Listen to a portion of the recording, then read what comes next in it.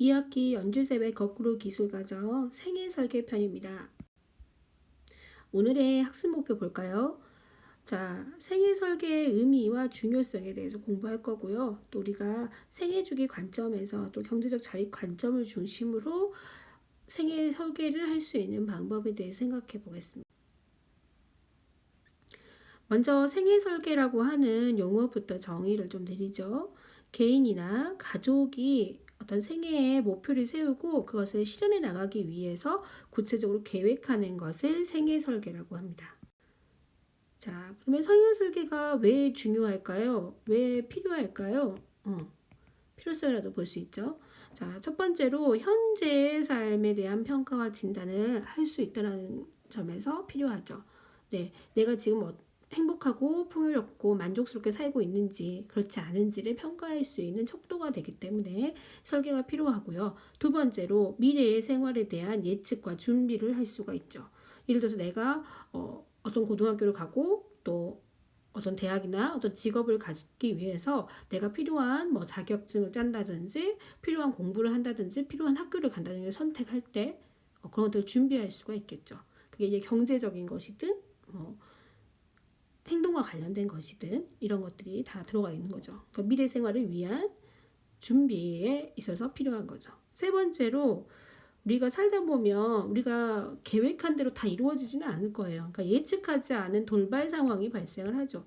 그런 돌발 상황에서 그거를 대처를 잘 할 수 있느냐의 척도가 생애 설계를 했느냐에 따라서 달라지기 때문에 필요하다고 얘기할 수가 있죠. 그러면 생애 설계라는 건 어떤 절차, 어떤 과정을 거쳐서 할 것이냐. 첫 번째로 내 생애 전반에 걸친 큰 목표 하나를 설정을 해야 돼요.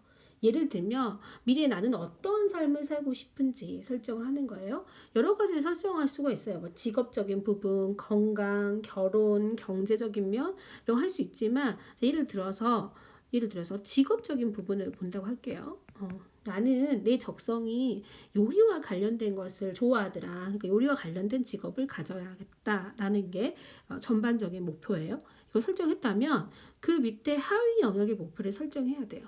그러면 요리와 관련된 직업 중에 나는 뭐 조리사라는 직업을 갖겠다.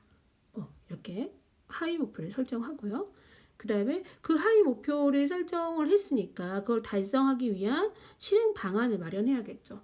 나는 그러면 뭐 고등학교 가기 전까지는 뭐 요리를 평상시에 좀 많이 하고 요리를 평상시에도 좀 해보고 그 다음에 고등학교 이후에는 뭐 조리사 자격증을 따기 위해서 공부를 하겠다. 뭐 이런 식으로 실행할 수 있는 것들을 구체적으로 계획하는 것을 과정을 통해서 생애 설계를 할 수가 있겠죠. 자, 생애 설계를 할 때 원리가 있어요. 그러니까 원리 다른 말로 꼭 고려해야 되는 거. 꼭 고려해야 되는 게 뭐냐? 자, 5가지를 얘기하는데 첫 번째로 자발성이라고 하는 거. 자발성은 뭐냐면 나의 생애잖아요. 우리 가족의 생애. 그렇기 때문에 스스로 개인이면 개인 스스로, 가족이면 가족 스스로 계획해야 된다는 거고요. 다음에 두 번째 현실성. 실제로 내가 현실적으로 실현 가능해야 되겠죠. 실현 가능하지 않는데 그냥 무작정 계획하면 안 되겠잖아요. 그러니까 구체적이고 실현 가능한 것들을 설정해야 된다는 거죠. 세 번째로 종합성이에요. 아까 얘기한 대로 나의 직업만 가지고 계획하는 게 아니라 직업, 결혼, 뭐 경제적인 거, 건강 여러 가지를 모든 부분, 전체적인 것들을 모두 다 계획하는 것을 얘기하는 거예요. 네 번째로 융통성이 있어요. 아까 생애 설계가 중요한 이유 중에 돌발 상황이 있잖아요. 그러니까 돌발 상황이 발생했어요. 예측하지 못했던 것들이 발생했을 때 그거에 따라서 조절을 할 수 있느냐, 마음대로 바꿀 수 있냐, 시기라든지 내가 하려고 했던 것들을 변형을 줄 수 있느냐 이런 특징이 있어야 되고요. 그다음에 적합한 수준이야죠. 나와 개인에게 맞는 적합한 수준의 계획이냐. 지금 할 수 없는데 막 지금 단계에서 막 돈을 많이 벌겠다. 뭐 억만 부자가 되겠다 이렇게 계획하는 건 잘못되잖아요. 그런 적합한 수준을 갖추는 이 5가지를 지키면서 생애 설계를 해야 되죠. 자, 생애 설계를 얘기하려면 우리의 생애에 대한 것들도 좀 알고 있어야겠잖아요. 그래서 생애 주기라는 것들을 좀 알고 가야 돼요. 자, 만약 생애 주기라고 하는 게 뭐냐? 주기. 라는 거는 계속 반복 돌고 순환한다는 뜻이죠.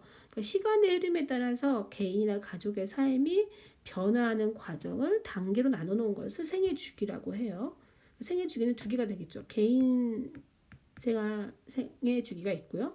가족을 중심으로 하는 생애 주기가 있겠죠. 자, 생애 주기별로 그 생애 주기 단계별로 꼭 해야 되는 역할, 꼭 수행해야 되는 역할과 행동이 있어요. 이건 누구나 다 해야 되는 것들을 모아놓은 걸 발달 과업이라고 해요. 자, 그러면 이제 개인 생활 주기는 개인에 해당한 거죠. 개인이 태어나서 개인이 죽을 때까지 거치는 발달 단계. 그럼 당연히 그 거치는 발달 단계별로 발달 과업이라는 게 있겠죠. 꼭 수행해야 되는 거. 자, 예를 들어서 여기 지금 교과서 130페이지 보면 영유아기. 자, 영유아기에 걷기가 있어요. 발달 과업 중에 걷기. 걷기를 꼭 수행해야 되는데 걷기 수행 못했어요. 그러면 아동기에 가서 다른 뭐 신체적인 기능을 익힌다든지 다른 활동을 한다든지 이런 것들을 할 수가 없겠죠. 당연히 청소년기나 성년기, 중년기, 노년기로 갈 수도 없는 거예요. 그러니까 그 전 단계에 해당하는 발달 과업을 다 이루어야지만 그 다음 단계로 성공적으로 만족스럽게 넘어갈 수가 있는 거죠. 자, 그래서 이 발달 단계의 과업들을 잘 기억해 둬야 돼요. 이제 수업 시간에 이 단계를 가지고 얘기를 할 거예요. 그러니까 개인 생활 주기에서는 이제 결국 건강이라든지 신체적인 건강, 직업, 결혼, 경제적인 부분까지들을 발달 과업에 넣어 놓았어요. 자, 그 다음에 가족 생활 주기가 있겠죠. 가족을 가지고 얘기하는 거예요. 가족이 중심이 돼서 가족이 만들어지는 시기. 만드는 시기가 어디예요? 남자와 여자가 결혼한 시기부터 이 가족이 소멸되는 시기. 소멸되는 시기는 언제일까요? 네, 배우자 중에 한 명이 사망하는 경우. 한 명이 사망하면 그 가족은 가족생활주의가 끝났다라고 얘기해요. 왜냐면 형성될 때 둘로 시작했기 때문에 끝날 때도 둘이 아니고 일이 돼버리면 이 가족생활주의는 끝나는 거죠. 네. 가족생활주기 단계에는 이런 것들이 있어요. 형성기, 확대기, 축소기 이렇게 있는데 이 3가지들을 수업 시간에 자세히 미션을 통해서 공부할 거예요. 각각의 단계의 발달 과업들이 있고요. 이 발달 과업들에는 생활적인 측면의 발달 과업도 가지고 있고요. 또는 경제적인 측면의 발달 과업도 가지고 있어요. 자, 이런 것들을 우리가 미션을 통해서 수업 시간에 공부해 보도록 하죠.